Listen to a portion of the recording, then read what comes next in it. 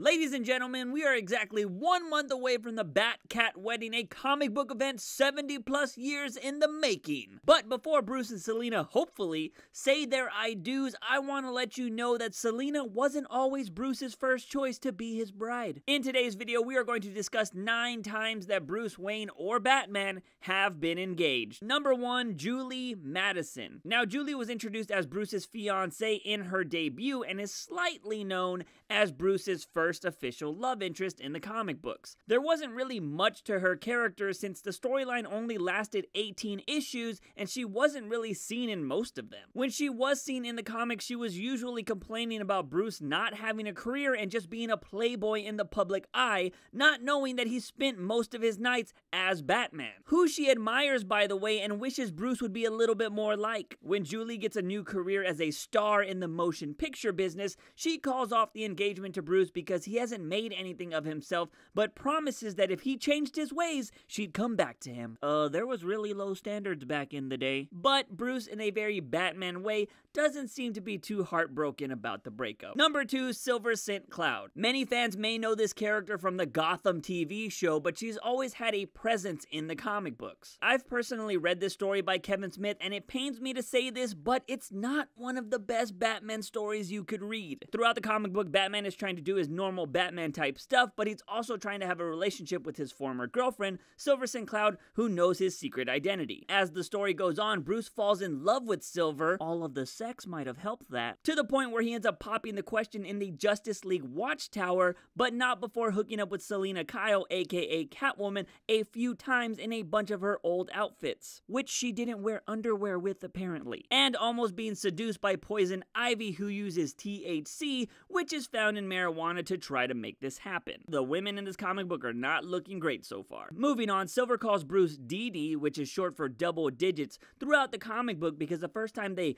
got together, Bruce made Silver 11 times. I'm not kidding you. That's in this comic book, and pretty much every female in this comic book is banging or trying to bang Batman. It would be a lie if I didn't say that I thought Kevin Smith might be living out some fantasies in this book, and normally I would say spoiler alert for this next part because it's how the comic book ends, but Kevin Smith is never going to write the second part of this story, so it doesn't really matter. At the end of the comic book, Silver and Bruce's engagement doesn't get very far because she ends up getting her throat slit by Onomatopoeia, who is pretending to be Bruce's ally throughout the comic book. So although I didn't think this was a great story, that moment was pretty cool in my opinion. Number 3, Rachel Caspian. Rachel! A Batman love interest that many fans more than likely know from the movies opposed to the actual comic books. This engagement happens pretty quickly in this story titled Batman Year 2, which sees Batman fighting a villain known as the Reaper,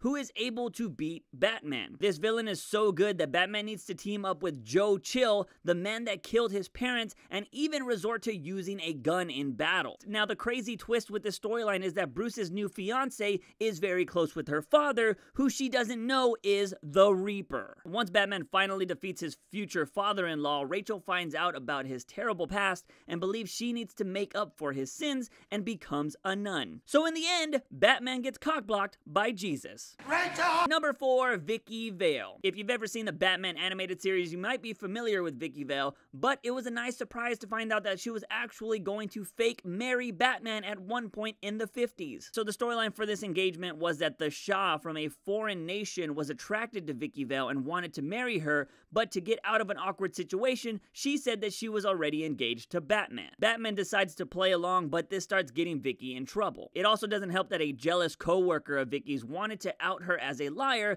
so she sent out invitations to the Vale Batman wedding, which Vicky was totally cool with. Batman, however, thinks this bitch is crazy and starts a rumor that everyone who marries Batman needs to get plastic surgery to hide their face from his villains. The rumor obviously doesn't sit well with Vicky, but for some odd reason, the Shah is the one that calls off the wedding at the altar. The 50s were a weird time, people. Number 5, Lois Lane. The next story is just strange because it involves Lois Lane wanting to marry Bruce Wayne because she believes he's Superman. Where it gets weird is Superman overhears, or spies, depending on how you want to see it, on Lois Lane and finds out her plan and decides to flip it on her by telling Bruce all about it. So both Superman and Batman play a trick on Lois Lane where Bruce proposes and sets up a whole wedding only to have Superman fly in at the last second and be his best man. This causes Lois to cry and admit that she only wanted to marry Bruce because she thought he was Superman. After the wedding, Supes and Bruce laugh about the whole thing. So at the end of the story, we're left with the question, who's the bigger asshole here? Number 6, Elva Barr, aka Catwoman, aka Selina Kyle. Now that might sound a bit weird, but before Catwoman was Selina Kyle, she was Elva Barr,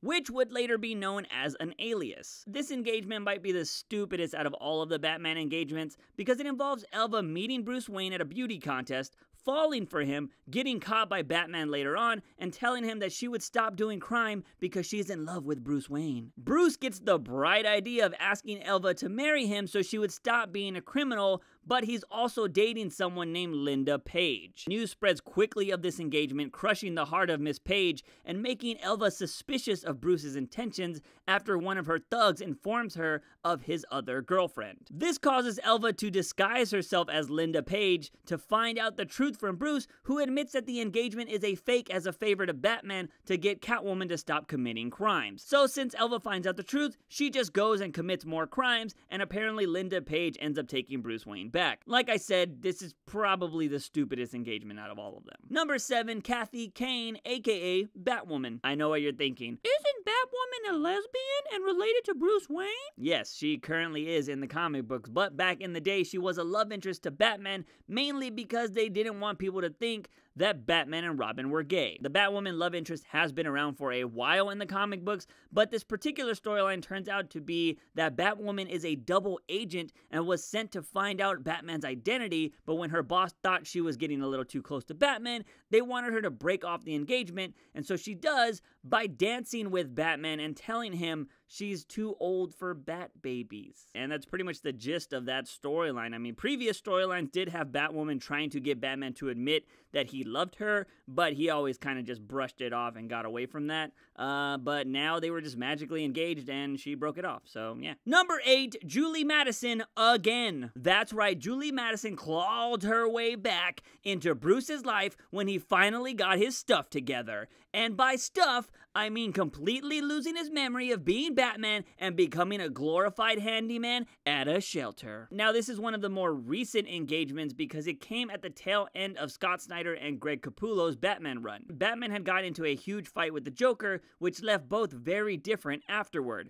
Julie ends up visiting Bruce when she hears about his accident. The two hit it off and begin working together. Bruce, in a pretty cheap way, asks Julie to marry him while he's butt naked in a shower, and then they more than likely do it. This, like most of his engagements, doesn't last long because Gotham is about to be destroyed and it needs Bruce to remember that he's Batman. But by doing this, it would destroy his relationship with Julie, but she knows that Gotham is more important than their love. Last but not least, number 9, Selina Kyle again. Finally, we are at the end of our list with what I hope will be the last engagement Bruce Wayne will ever have, and that's to Selina Kyle. Don't let me down, Tom King. I better see I do in that 50th issue. Anyways, I can't say much about this engagement since it's not complete, but I will tell you guys that you have 1 month to catch up on Tom King's Batman run, which has been amazing in my opinion. I'm not even over-exaggerating here. You guys can actually go to your local comic shop